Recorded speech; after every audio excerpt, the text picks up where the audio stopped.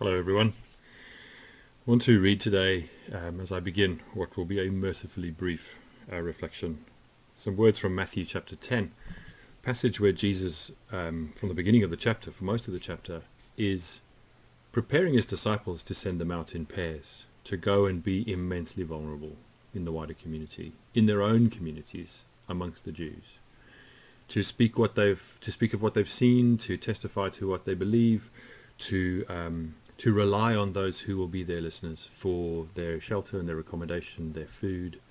It's an incredibly powerful, almost initiation, I think, of the disciples. And he talks about the things that might happen to them that might be painful, physically and otherwise, because people will not like what they say and the authorities may take them on. He says these words: "Are not 2 sparrows sold for a penny? Yet not one of them will fall to the ground unperceived by your Father, and even the hairs of your head are all counted. So do not be afraid. You are of more value than many sparrows." Now, we're learning, thousands of years later, that sparrows are actually really valuable, as are bees and all kinds of other things that we are systematically making unwelcome in our very modern world. But I wanted this morning just to reflect on the value of a human life, because it's one of the great questions of this time. What makes life precious and what makes life valuable? Those are quite different questions in some ways. The things that make life precious are everybody's experience of love and loss and struggle and joy and ecstasy and all the things that even for a moment make us glad to be alive. But the value of a life is something that isn't just ours to decide, and we decide together. And it's one of the things that I think within the Christian church is often hardest for us to come home to, that God values every life equally.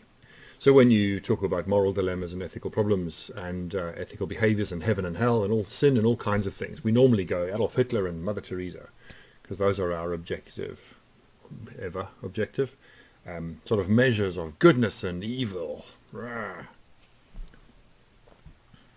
But we hold out the possibility that nobody is beyond love, nobody is beyond embrace, nobody is beyond inclusion, and therefore nobody is beyond the means of community to keep each other alive and express the preciousness of life.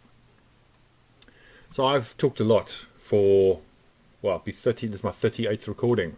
I feel like I'm worried that I'm giving up all my best material and there's going to be nothing left at the end. But that's not the case, I don't think. I wanted this morning just to point you in 2 directions. So the good news is less of me, but if you've got an hour today to spend in 2 different places, I want to invite you to do that. The first is a program that was on Radio 4 yesterday morning, and I'll put the link to the BBC Sounds website on the Facebook page and at the end of this video. Anita Anand asks the question, how much is a human life worth? And it's a really powerful half-hour exploring of how financial calculations are made in relation to pandemics, in relation to terrorist atrocities, in relation to compensation claims, in relation to environmental, the impact of the environmental crisis on certain communities, but also the willingness that government and other agencies show to invest in climate change prevention purely in economic terms on the basis of their effects on people. What makes it worth it? What makes this or that person more or less valuable? It's an incredibly interesting program and asks some very profound questions, and I'll leave Anita Anand to ask those questions of you, as I have again this morning listened to it and had her ask them of me. And the other is an incredibly poignant piece of TV that I heard reference to yesterday in the car on the way back from crematorium, and then watched on TV last night. The Welsh comedian Rod Gilbert, who I really like. The program was on BBC Two. It's called Rod Gilbert's Work Experience. And he spends that half hour telling the story of his work experience as a carer in a care home. And it's just beautifully, painfully poignant. and worth a watch, because it speaks in some ways to our prioritizing or lack of prioritizing of the elderly, our honoring of their capacities, our assumptions about what dignity looks like and what it costs to offer someone their dignity, what we think it costs us, and then what it actually does in terms of doing things like wiping bums and other moments like that. I remember before Lucas was born, Rebecca and I went to an NCT sort of preparation class, and I was the only person in the group of about 7 couples who had previous children. And I remember we did like a nappy session with the dads. And I remember saying to the dads when they were doing this, I said, you may think the idea of your child's poo on your fingers is an awful thing, but I promise you when it's your child, you just won't care.